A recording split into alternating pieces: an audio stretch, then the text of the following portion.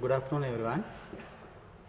First of all, I must thank the Hill Country Clinical Society providing this opportunity to share with my knowledge. This is a picture taken by my village where I am living. I was living actually. So during my lecture, I am planning to cover these areas. So if you go to the dictionary, they will give a lot of names for the cleft, similar names, right? So when you compare the cleft lip and palate in our society, it is the second most common defect. As everyone knows, the club foot is the most common one. Most of the time it is not life-threatening condition, unless otherwise it is associated with some the syndromes like Pierre-Robin syndromes, where patient come with so many other abnormalities. The severity of the cleft lip and palate may vary. So in Sri Lankan setup, the incidence is 1 case for 100 live births. But among those, some will birth with unilateral cleft, bilateral cleft, sometimes cleft lip and palate both. But rarely you may come across some facial cleft cases as well. But the mandibular clefts are very, very rare.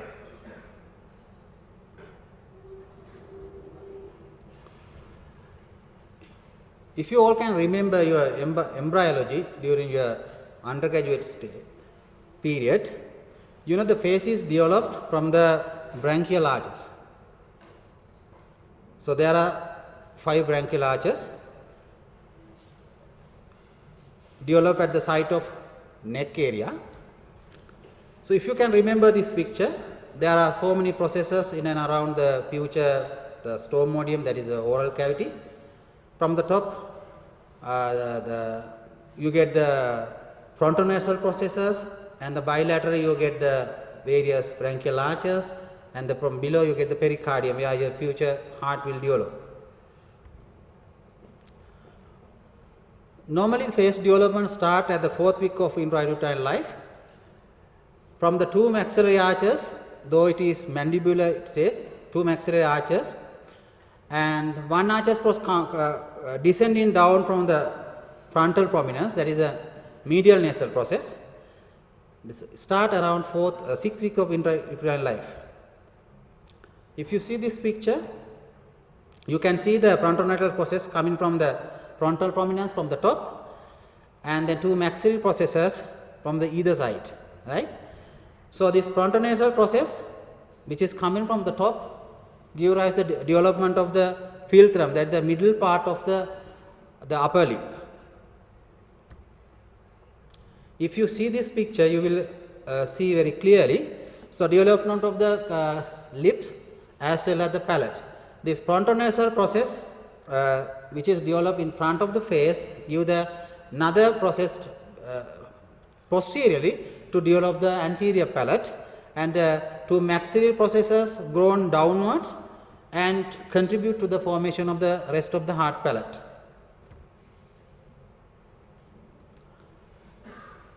This picture shows how does this primary palate and the secondary palate develops from the frontonasal process and the 2 maxillary processes. So lower lip is formed by the 2 mandibular processes coming and joining in the midline, and contribute the frontal process as well as the 2 maxillary processes join in the middle and contribute to the formation of the upper lip.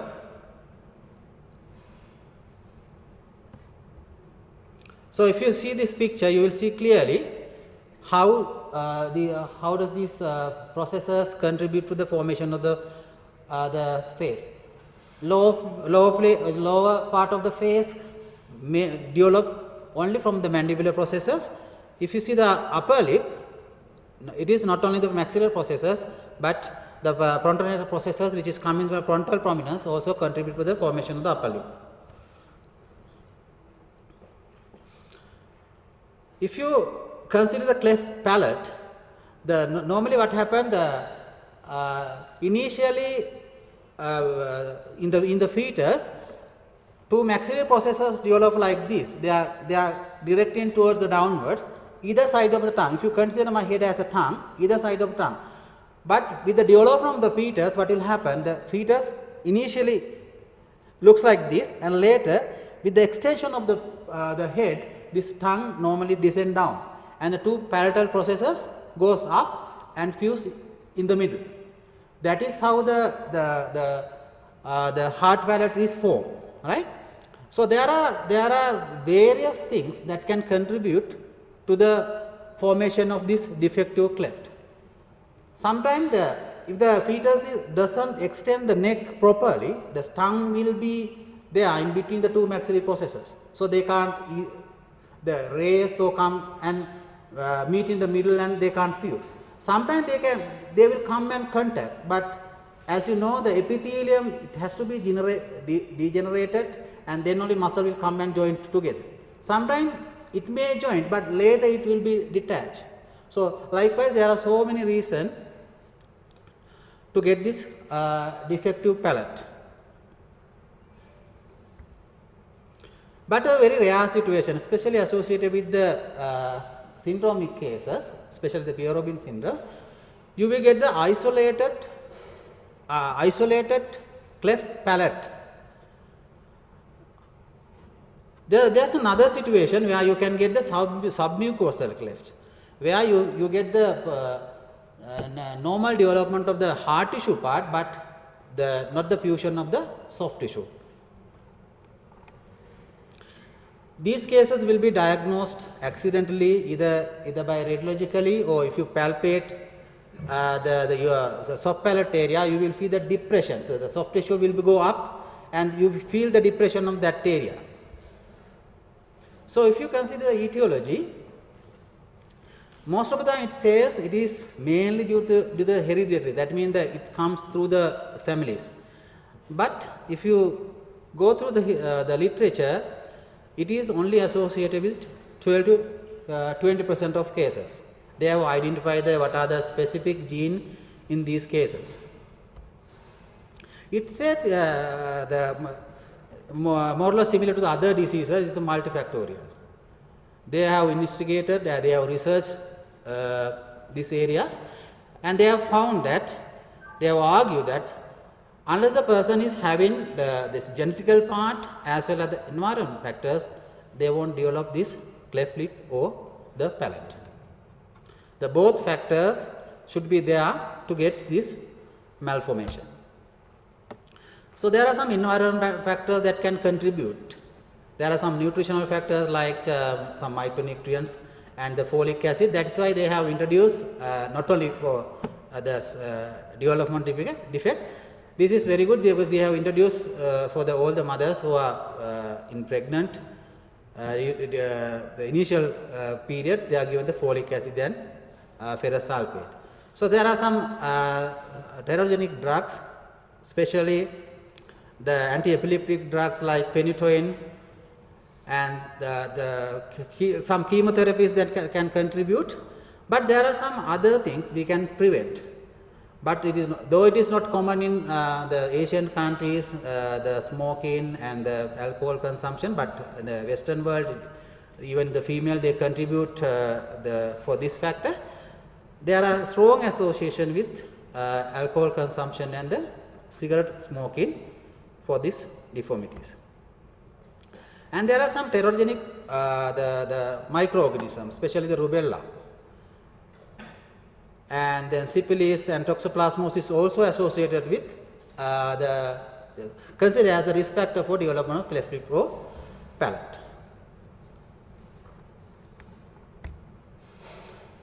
There are some predisposing factors apart from the factors that I described. Increased maternal age, and then in them racial contribution also there. In the Mongoloid, they have a high chance of getting this cleft lip and palate. Or the condition like during the fetal development, if there is any insufficient supply of blood to the fetus, and they are at more risk to develop this.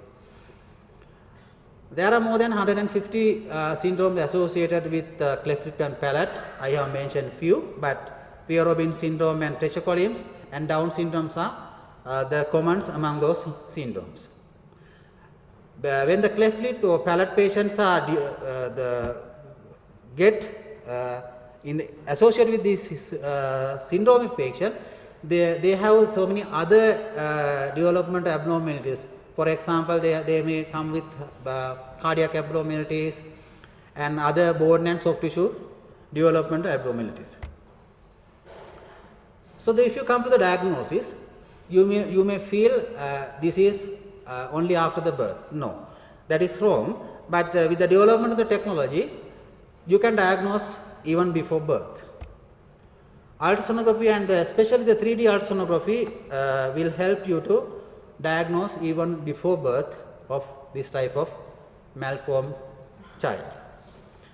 This is important, though it is not happening in the countries like Sri Lanka. It is important because if you diagnose this type of babies before birth, so you have enough time to prepare these parents or the families to face this condition. And other thing is, especially the pediatric people, they know when especially if they get the first baby as a cleft lip or palate, they have a lot of problems. It's going to be psychologically and socially. Not only that, the initial stage, the feeding, airway, those are the areas the pediatric the team will come across at the management of the initial stage of this type of patient. So, if you can diagnose this type of patient early, you have enough time and you can do the counseling. And not only that, so we can talk about we can educate the families whether they are at much risk to have another baby with a similar deformity, or we can advise them, we can counsel them about future pregnancies as well. So, when you come to the classification, there are various classifications if you read the literature, but I will give the simple classification. So, sometimes just association the cleft lip, there is no separation of muscle, it is like the skin and the mucosa separation. If you see the picture B, it is unilateral cleft lip with the hard palate. The third one is C. Not the C, if you come to the D, it is only the cleft palate. So, then if you come to the C, the E, it is cleft lip and it is associated with the hard palate as well as the soft palate. The last one is bilateral cleft lip and palate. So, the facial growth is affected not only during the fetal development stage, even after the birth of this type of children. So, not only the development anomaly, once we correct this type of patient, because of the scarring and the dissection of the immature soft tissue and the hard tissue, the surgical procedure also can contribute to the malformed facial development.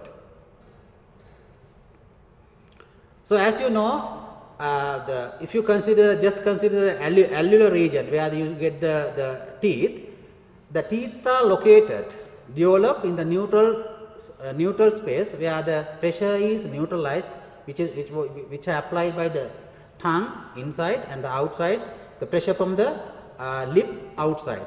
But if you do not have this pressure which is applied from the outside, tongue pressure will be continue. So, then the developmental teeth will be affected and they are continually pushing to the outside. So, you may have seen the people with malform and the procline teeth because of lack of pressure from the outside, right?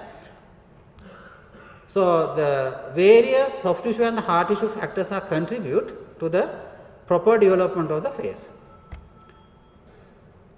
So once you do the surgical corrections, as everybody knows, you can't do any surgery without scar formation. So the maturation of the scar and the contractures and the various factors act additional forces onto the development of this soft tissue as well as the hard tissue. So because of that, especially the cleft lip and palate patients, if you operate them early, the development of maxilla is greatly affected. I will show some pictures. But if you don't operate this type of patient at the early stage, especially speech and language is going to be affected.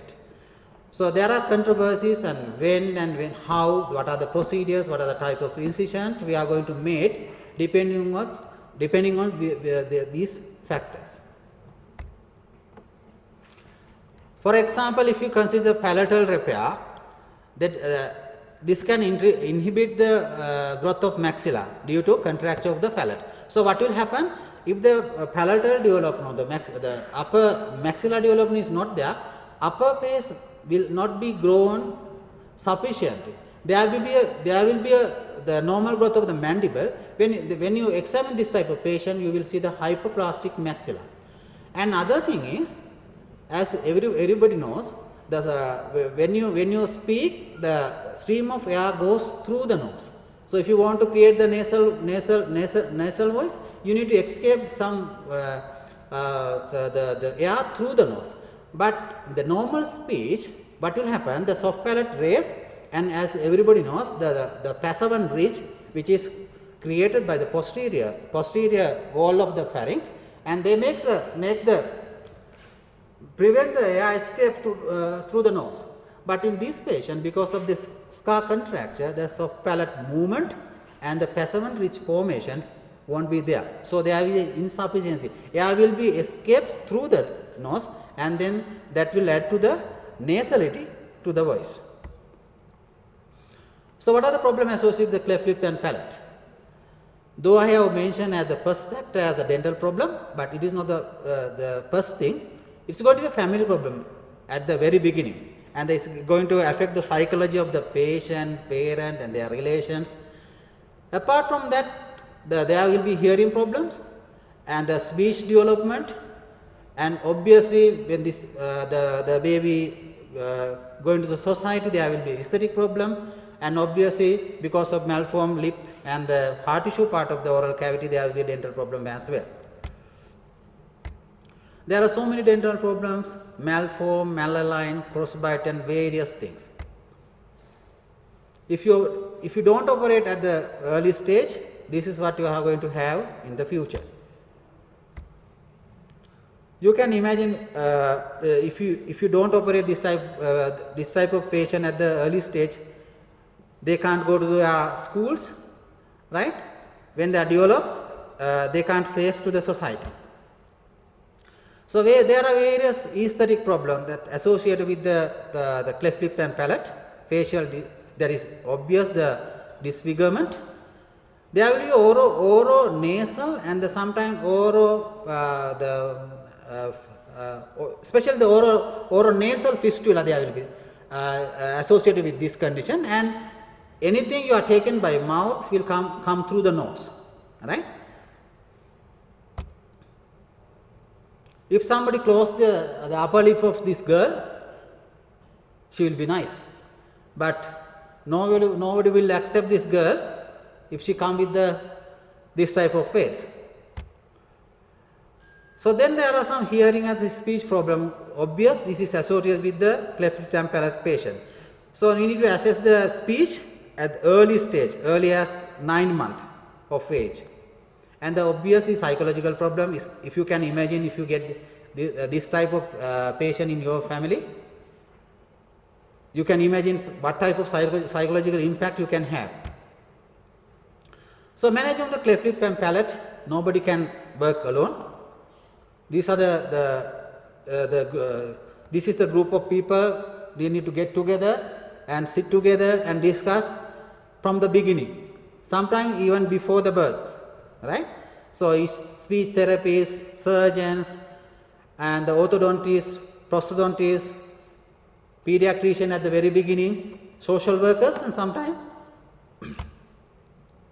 this is the schedule of treatment. You need to, I just add this slide to give you the detailed schedules of the treatment of cleft lip and palate, but just remember, we normally operate at 3 months the cleft lip, and between 1.5 years cleft palate, and then depending on the other deformities, we decide whether we are going to do the rest of the refined surgeries, correction of the alveolar cleft, or if there is any maxillary hypoplasia, then we operate those people after the completion of the development.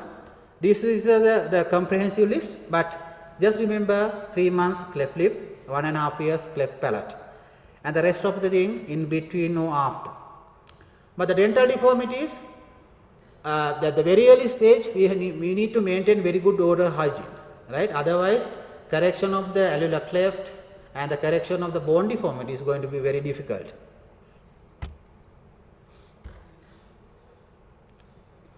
So the problem the pediatric team they face at the very beginning is the feeding and the airway when we consider the baby. But the psychological problems in the family or the mother, they need to attend. So feeding is going to be very difficult because mother doesn't know how to feed, and with the cleft there is a very high risk of aspirations, and if the mother is not trained properly, they don't know how to feed this type of the babies properly. So there are various things, but as everybody knows that at the very beginning the breast milk is the best, right? So we must encourage the breastfeeding, because that is where the communication between the baby and the mother starts, and then the various factors contribute to the development of the baby. Not only the physical and the mental development will be affected if you don't start the breastfeeding. So at the very beginning, mother doesn't know how to keep the breast or the nipple in the mouth. We must try the breastfeeding, but if you start the breastfeeding for this type of the babies, they don't know how to suck, and they can't create the negative pressure. So we must encourage mother how to keep the breast and the positioning of the baby. As you know, if the mother start the feeding this type of patient in the normal position or the lie down position, the risk of aspiration is very high. So how to encourage this type of mothers? So they can't feed this type of babies continuously because they can't suck properly. Most of the time they are going to suck air, not the milk. So because of that they become tired, right? If you are going to do the feeding continuously, they become more tired. They become, as they aspirate, they drink more air. So, but end of the day, this baby doesn't get enough milk. So, if you can encourage this type of mothers to keep this baby fortified angle to the horizontal plane, that will prevent the aspiration or the milk coming through the nose. The feeding is going to be more difficult in the cleft palate babies, because not only because as everyone knows, if you introduce the breast into the mouth, they must suck and they must create the negative pressure inside.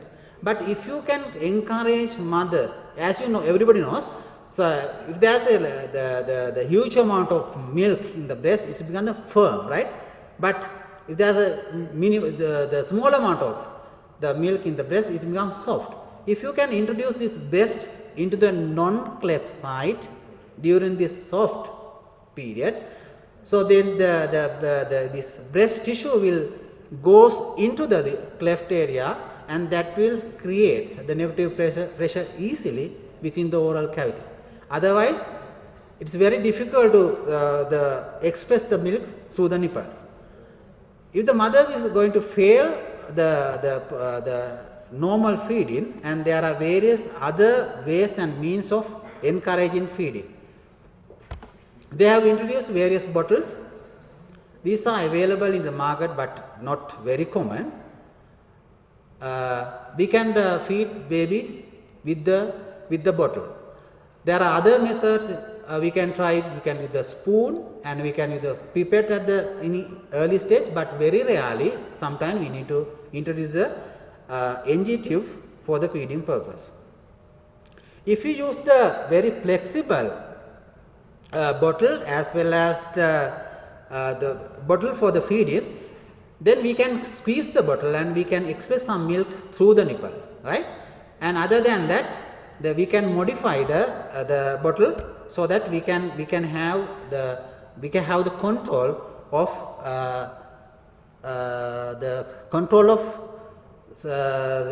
control of feeding for this type of patients, right?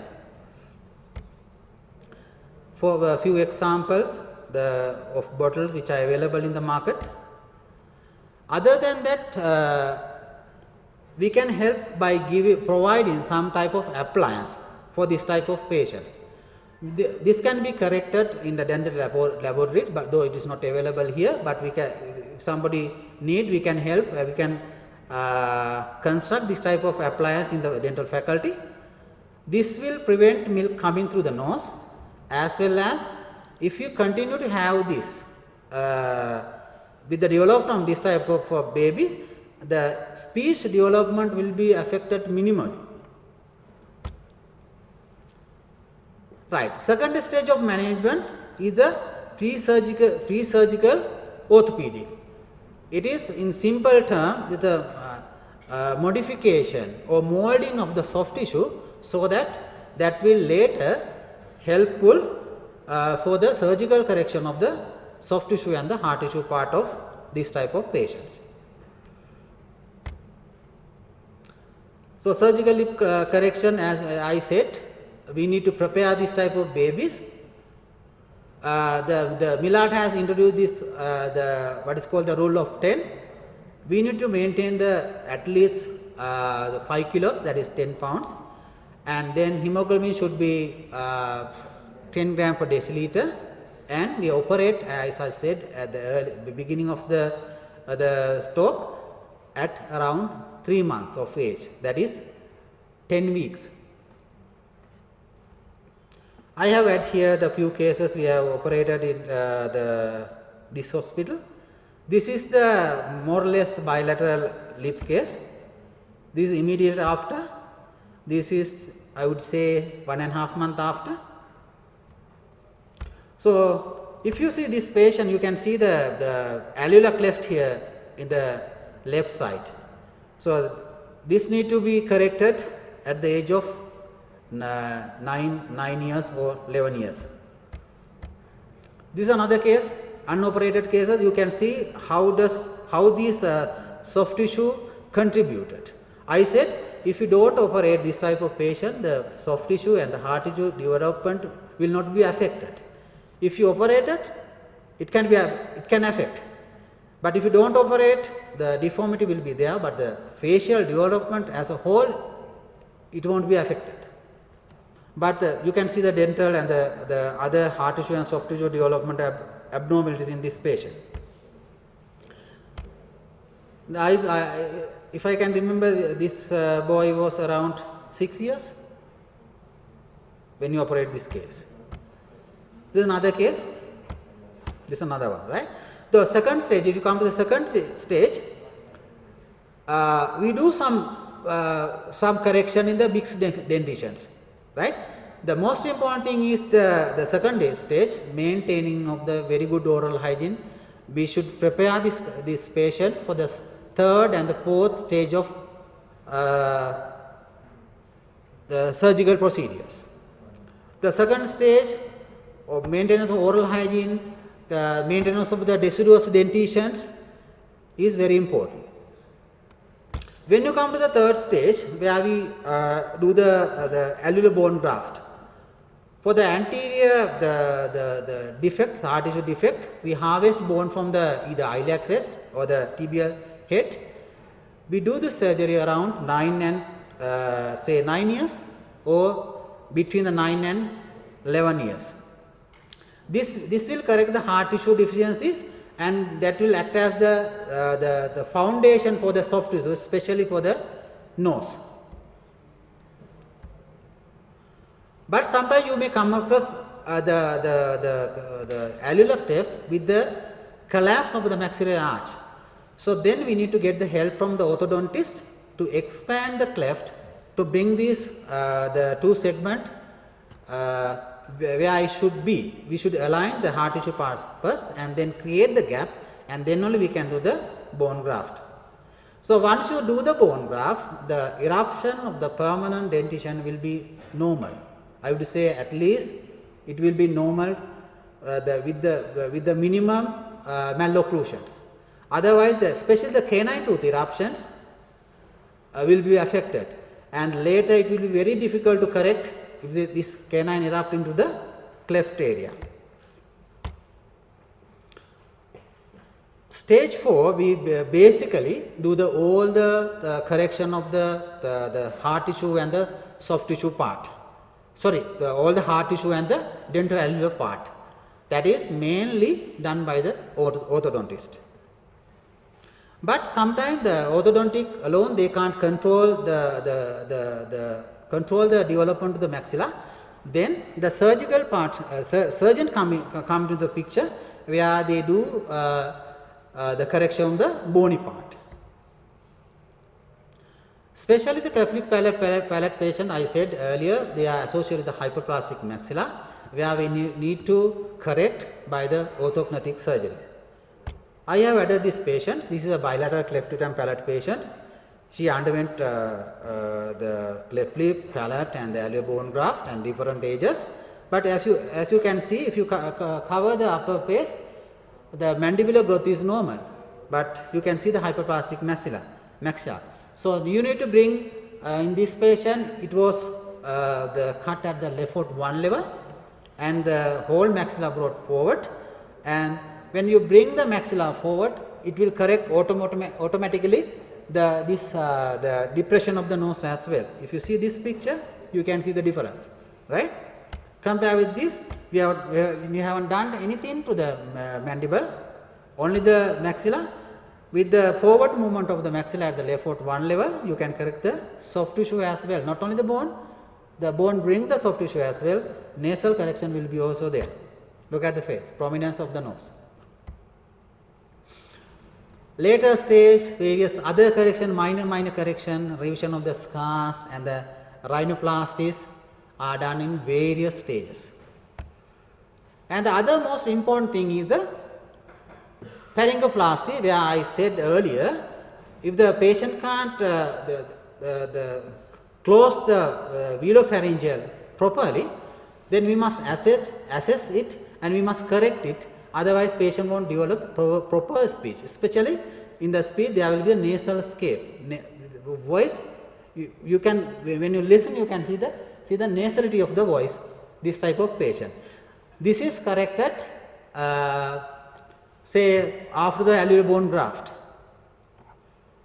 There are soft tissue and there are various hard tissue procedures we have to perform to prevent the air escape from the nasal cavity.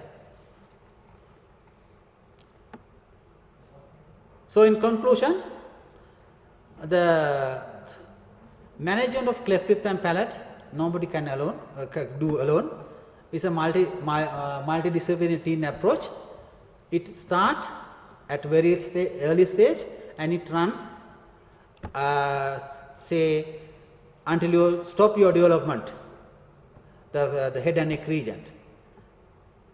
It's a challenging at the very beginning.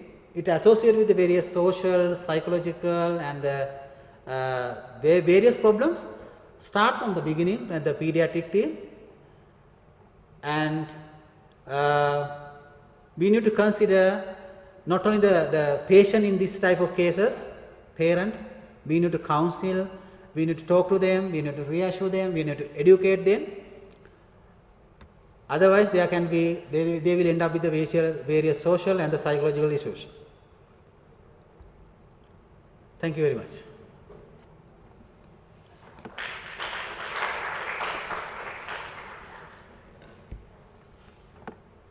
Any questions? At the very beginning, as I said with Sandeepana, he was asking whether we have this facility. Yes, we have this facility. We don't have the waiting list. If you have any friends or any known person, you can bring here. We can operate. There's no waiting list. There's no delay. Even in the COVID period, we can operate.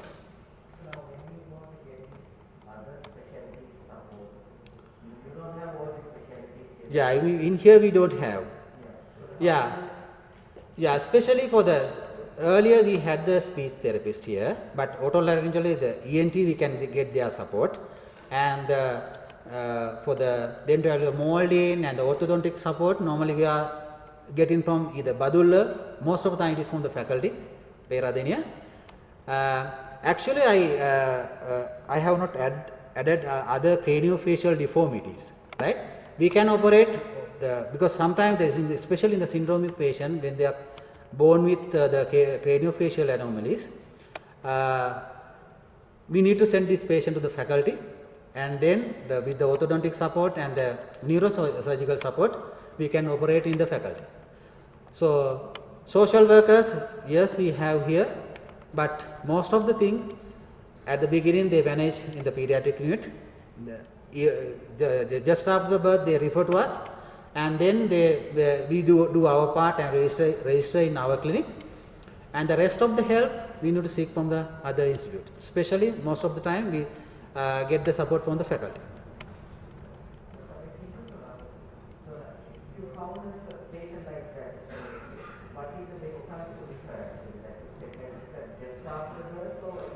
No, in the Western country they have tried this because it's going to affect the psychologically and socially. But as you know, at the very beginning, just after the birth, there's no mature muscles, the mucosa is very minimum, and there's a very high risk of general anesthesia as well. So you can't, because they have say few milliliters of blood in their body, right? But we can operate with the minimum blood loss, but there's a very high risk of anesthesia. In the Western world, sometimes they operate, but not regularly, to tackle with the psychological and the social issues. Otherwise, we need to apply the rule of 10. Then you are more safe. You have at least at least minimum maturity of the muscles where you can bring those muscles, because you need to correct anatomically. As you know, the oculi muscles in the cleft patient, the part of the muscle is attached to the cleft maxilla, rest to the nasal septum. You need to dissect these muscles and bring them, and you have to anatomically you need to correct this. For that purpose, at least you need to have some amount of muscle. At least with the sucking of this baby, the development of this muscle will be started. So then you need at least you have some amount of muscle where you can bring these and you can dissect and bring them and suture together. Then only you can get the proper result. With the maturity, you will have the good muscle, but rest of the anomalies, say development of the dentition, development the rest of the bone will be affected. So that is why I told you there is a controversy when you are going to operate this type of patient. So now they have decided better if you can operate early the cleft lip. So the safe period is 3 months. For the cleft palate, if you operate early, as you know, the speech start this type of everybody start babbling at the age of 10 months. So that is why we to get the proper speech result, we operate between 10 to 18 months of age. If you delay, there won't be the development of the maxilla will be perfect. but the speech will be affected. It's very difficult to correct if you operate late stage. Speech will be affected dramatically. But the soft tissue and the hard palate we can correct. Because of that, we are more concerned about the speech rather than the soft tissue and the hard tissue. There are various techniques where you can correct the abnormality in the soft tissue and the hard tissue, not the speech. We have given more weight to the speech, not the rest of the thing.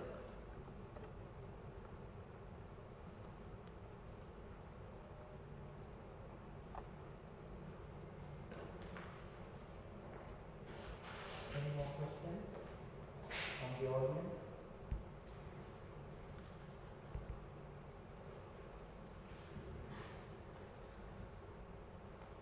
Okay, in the absence of questions, we will wind it up.